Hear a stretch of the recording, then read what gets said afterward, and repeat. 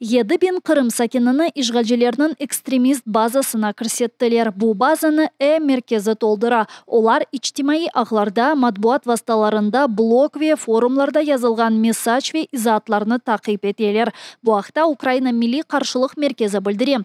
Инсанларның мессажларында Украинаға дестек ве Русияның Украинаға салдырысына қаршылық ифаделері қыдыралар. Милли қаршылық мерkezінде қайдеткенлеріне көре рус ишгалжелері қомшыларны чаққан инсанларны да мукафатландыра. Рус көветчілеріне қомшыларыны Украина музыкасы деңленілгенінде яда сары мавы ренклерінің бірлештірілгенінде чақалар. Ишгалны дестеклемеген Қырым татарве украинлелерні қыдырмақ үчунысе ичтимаи ағларда Крымский смерш атлы матбуат чалыша. Оны Қырым хайыны Александр Талипов идаре еті. Украина милли қаршылық мерkezінде дегенлеріне көре Булейха ФСБ-нің дестегі иле тешкил етілді. Ишгалжелерінің инсанларны тақип етмесі ве аписханеге ташламасы жемиетке хизмет етмеге кедер етмейжек. Бұл вақытта Ахмеджитнің аписханесінден шыққан Алушта имамы Юсуф Аширов білдірді. Как может арест повлиять на наши понятия и поступки? Он никаким образом не может повлиять, потому что я считаю, предательство к религии Аллаха, это для нас неприемлемо. İlk başta işgalci kuvvetçiler bağımsız Müslüman cemiyetinin imamını sözde kanunsuz misyonerlik faaliyetinde kabatladı. Bunun beraber İhanetçi muftiyatını destek etkeni ile bağlı çıkışta bulunmağa teklif ettiler. Ama imam red etkeninden sonra onu aydutlıkta kabatladılar. Sanki dersin imam Aşirov polis idareciliginde ağır sögüngen. Bu gibi kabatlavlar saçmalık deb bildire advokat Rustem Kamilov. Ama Yusuf Aşirov'na hapishanede tutkanları vakit işgalci kuvvetçiler ve oyuncak muftiyat Алуштаның yukarı camisinde деңгишмелер планлаштырды. В пятничный день приехали сотрудники Центра по противодействию экстремизму и под дулами автоматов угрожая тем, что если кто-то из людей встанет и начнет проводить хутбу или еще что-то, они его просто заберут оттуда и так далее. Поэтому там проводил не из местной религиозной общины проводили хутбу, а провел хутбу имам, которого отправил муфтий. Юсуф Ашировға дестегіні білдірмек мақсадынен işgal етілген Алуштаның 200-ден фазла қорантасы имза топлады. Айны заманда олар Ашировны аписханеден евінде қаршыладылар.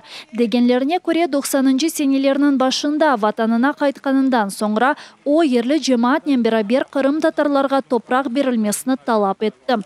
Бірінші дини тедбірлеріні өткерді ве алида бұл күнге қадар инсанлар оңа тавсиелер үшін мұражатта бұлыналар.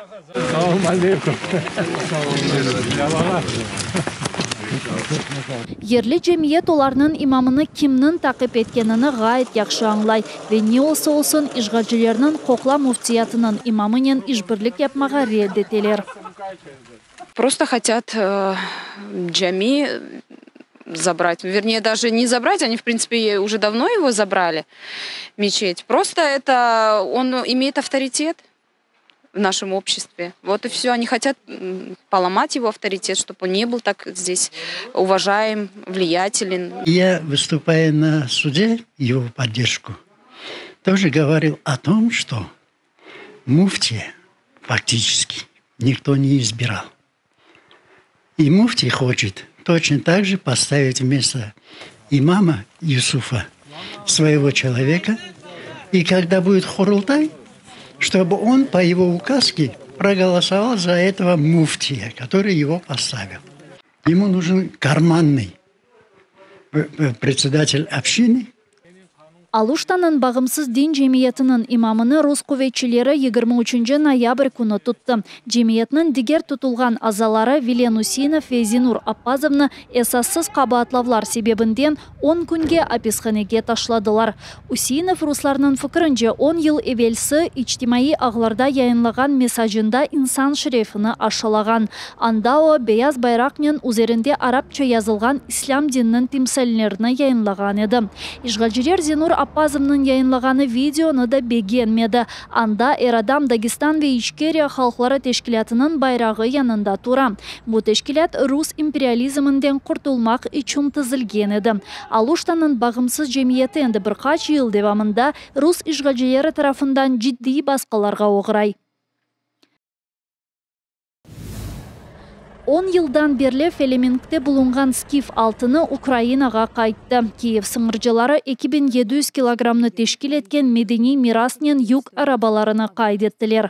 Олар Киево-Печерска лавра территориясында булунган Украина тарихының милли музейінде ерлештірілді. Шымды мутехассыслар экспонатларының вазиетіне бақа.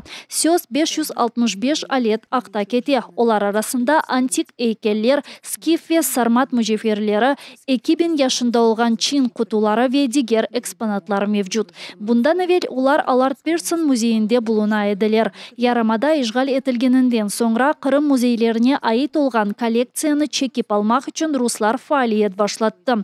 Украина экспонатларыны ишғал етілген Қырымға қайтармақ доғру олмағанына білдірді.